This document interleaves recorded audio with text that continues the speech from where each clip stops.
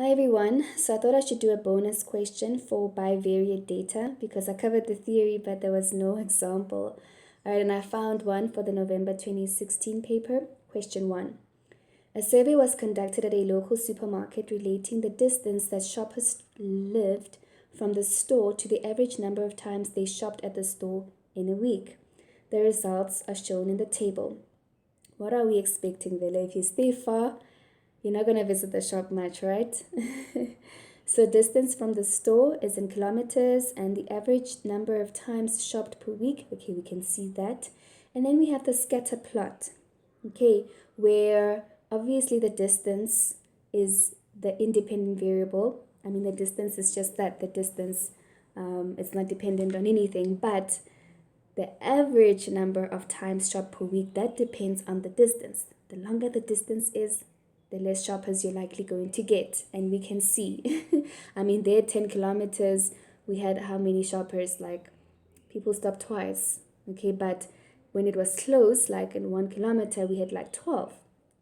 All right, so now it says use the scatter plot to comment on the strength of the relationship between the distance a shopper lived from the store and the average number of times he or she stopped at the store in a week. So when it comes to the relationship, okay, we have to comment on the strength, right? Is it strong? Is it weak? First of all, there is a downward trend. Okay, so that's negative, right? It's not a positive trend, whereas the higher the kilometers, the more people. No, it's a negative, it's a downward trend. Okay, and can we see that it's quite linear? We can see it is linear. Okay, yes, it's a linear trend. I can see it's going down.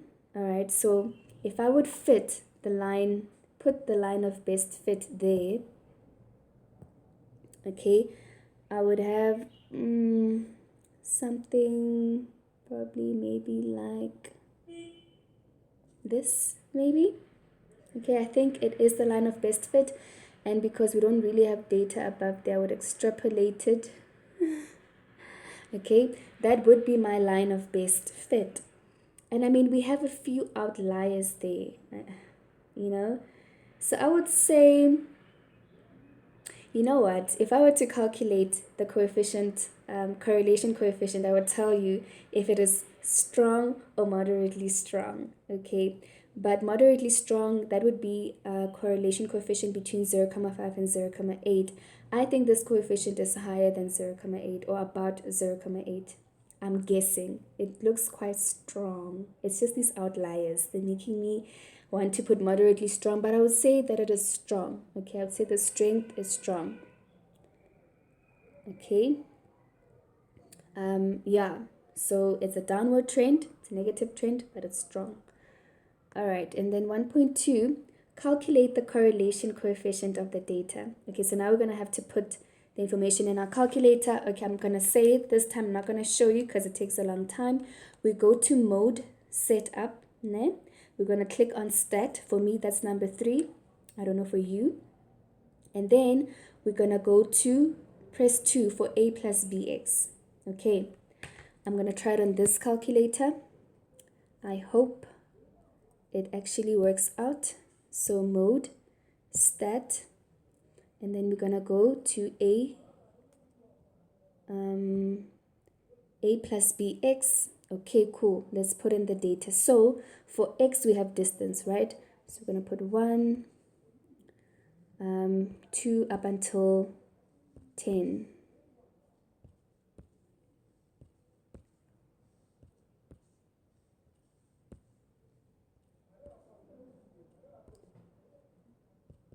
Okay, and then on the y, we are going to have 12. What did I put there? Okay, 12, and then 10, 7, 7, 6, 2, 3, 2. Something is missing here. Oh, snap. 1, 2, 3, 4, 5. I put a 6 there. Can I clear everything? Clear all. Okay. Sorry, now I'm wasting time. I did not plan on taking this much time.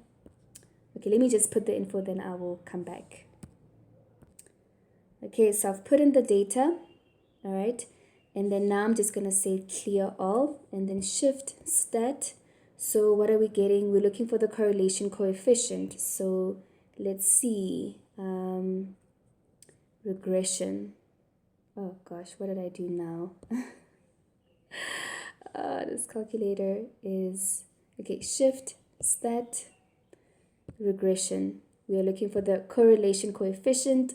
It is negative. Yes, we're expecting it to be negative because it is a downward trend, but it's negative 0.95. Did they say to how many decimal places? No, I'm going to stick to 2 decimal places. So negative 0.95. Let me just take that away. Okay, so it is a very strong correlation. It is. So it is strong. Okay, I would say very strong. But yeah, it is strong. If it was less than 0.8, I would say moderately strong. So it was only 1 mark. Ooh, what did I do there now? Okay, it was only 1 mark. And then we get to calculate the equation of the least squares regression line of the data. Okay, so basically we have that equation y is equal to a plus bx. We're going to get the a and the b value from the calculator. Okay, so again, we're going to go shift stat regression. So we're going to go for a. So a is negative 11. Okay. No, it should be positive though, because it crosses the y-axis at about 12. This is weird. Negative 11, 0.83. Okay, shift stat. Let's go to B. B is 12. That should be negative. Guys, I think this calculator swapped the values. It swapped them. So A should be 12, 3. So just stick to the Casio. 12,39.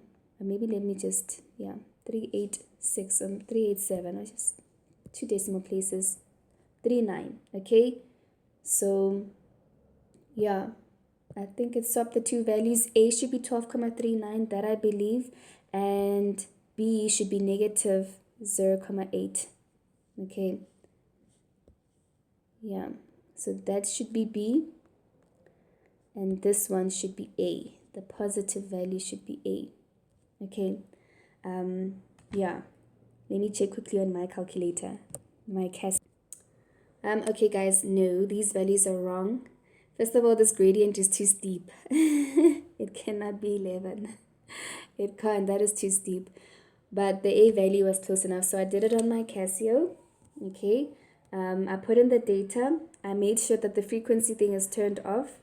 All right, so if I go then shift stat and I go to 5. Okay, so now we're gonna click on 5 to actually get our A, B, and R values. So I just want to confirm if R was actually 0.95, and yes, it is negative 0.95. Okay, cool. Now let me go to A. What value of A do I get? That's on 1. Okay, so for A, I get 11,72. Okay. Yo, imagine being sabotaged by the calculator in the exam. That's why you must always check. So 11,71.